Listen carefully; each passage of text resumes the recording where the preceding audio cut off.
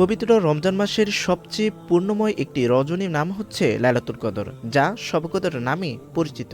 শবে কদর এর বাংলা অর্থ হল মহামান্বিত রাত বা ভাগ্য রজনী। এ রাতে প্রথম পবিত্র মক্কা মুকাররমার জাবালে রহমত তথা হেরা পর্বতের গুহায় মহান আল্লাহ রাব্বুল আলামিনের পক্ষ থেকে হযরত জিবরাইল আলাইহিসসালামের মাধ্যমে বিশ্বনবী হযরত মুহাম্মদ সাল্লাল্লাহু আলাইহি ওয়াসাল্লামের প্রতি মহাগ্রন্থ আল কোরআন অবতীর্ণ হয়। মুসলমানদের কাছে লাইলাতুল কদর এক বরকতময় ও মহামান্বিত রাত, কারণ এই রাতে আল্লাহ তাআলা পবিত্র কোরআন নাজিল করেছেন এবং এই রাতের নামে আল্লাহ তাআলা একটি সূরা নাজিল করেছেন। আল্লাহ তাআলা বলেন, নিশ্চয় আমি এটি নাজিল করেছি লাইলাতুল কদরে। তোমাকে কিসে জানাবে লাইলাতুল কদর কি? লাইলাতুল কদর হাজার মাস অপেক্ষা উত্তম। সে রাতে ফেরেশতা ও রূহ জিবরাইল তাদের রবের অনুমতিক্রমে সকল সিদ্ধান্ত নিয়ে অবতরণ করে, শান্তিময় সে রাত ফজরের সূচনা পর্যন্ত।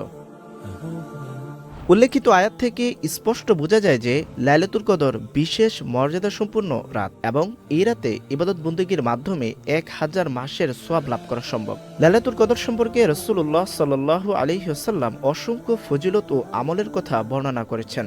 রাসূলুল্লাহ সাল্লাল্লাহু আলাইহি ওয়াসাল্লাম বলেন, রমজানে এমন একটি রাত আছে যা 1000 রাতের চেয়ে উত্তম। যে এর কল্যাণ থেকে বঞ্চিত হলো সে সত্যিই প্রকৃত কল্যাণ থেকে বঞ্চিত হলো।